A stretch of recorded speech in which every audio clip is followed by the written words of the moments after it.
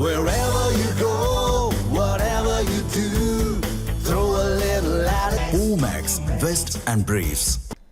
நாமக்கல் அருகே பதுக்கி வைத்த சேலைகளை பறிமுதல் செய்ய வந்த தேர்தல் அதிகாரிகளை தடுத்து நிறுத்தி பணி செய்ய விடாமல் திமுகவினர் வாக்குவாதத்தில் ஈடுபட்டதால் பரபரப்பு ஏற்பட்டது. நாமக்கல் மாவட்டம் பள்ளிப்பாளையம் அடுத்த காந்திபுரம் பகுதியில் நாமக்கல் மேற்கு மாவட்ட திமுக மாணவர் அணி பிரிவைச் சேர்ந்த தங்கமணி என்பவருக்கு சொந்தமான நிறுவனம் செயல்பட்டு வருகிறது. அங்கு சட்டமன்ற தேர்தலுக்காக பொதுமக்களுக்கு வழங்குவதற்காக சேலை மற்றும் வேஷ்டிகள் பதுக்கி வைத்திருப்பதாக தேர்தல் பறக்கும் படை அலுவலர்களுக்கு ரகசிய தகவல் கிடைத்தது. தகவலின் அடிப்படையில் சம்பவ இடத்திற்கு வந்த தேர்தல் அதிகாரிகள் நிறுவனத்தில் சோதனையிட்ட போது ஆயிரக்கணக்கான சேலைகள் மற்றும் வேஷ்டிகள் இருந்ததை கண்டுபிடித்தனர். தொடர்ந்து அதை கைப்பற்றி வாகனத்தில் ஏற்ற அதிகாரிகள் முற்பட்டனர்.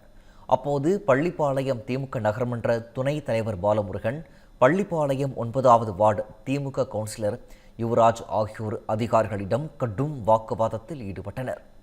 அதன் பின்னர் தேர்தல் அதிகாரிகள் பலத்த போலீஸ் பாதுகாப்புடன் டெக்ஸ்டைல்ஸ் நிறுவனத்தில் இருந்த சேலை மற்றும் வேஷ்டிகளை வாகனத்தில் ஏற்றிச் சென்றனர்.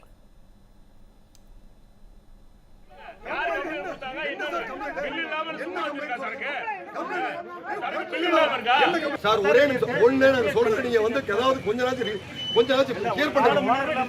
நீங்க டிஸ்கஸ் பண்ணல சார். நீங்க வந்து என்ன பண்ணீங்க? எடு சார் சார் ஒரே நிமிஷம். தேர்தல் நடத்தை விதிமுறைகள் அமலில் உள்ள நிலையில் கிருஷ்ணகிரி மாவட்டம் ஹோசூர் அருகே மாநில எல்லையில் நடத்தப்பட்ட வாகன சோதனையில் உரிய ஆவணங்கள் இன்றி ஏடிஎம்களுக்கு நிரப்ப கொண்டு செல்லப்பட்ட 2,34,00,000 ரூபாய் பறிமுதல் செய்யப்பட்டது.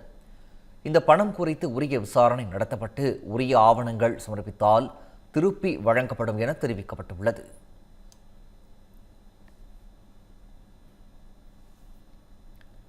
உரிய ஆவணங்கள் இன்றி திருவண்ணாமலையில் இருந்து காரைக்குடிக்கு கொண்டு செல்ல முயன்ற 1,80,000 ரூபாய் மதிப்புள்ள 3,000 சேலைகளை தேர்தல் பறக்கும் படையினர் பறிமுதல் செய்து வட்டாட்சியர் அலுவலகத்தில் ஒப்படைத்தனர்.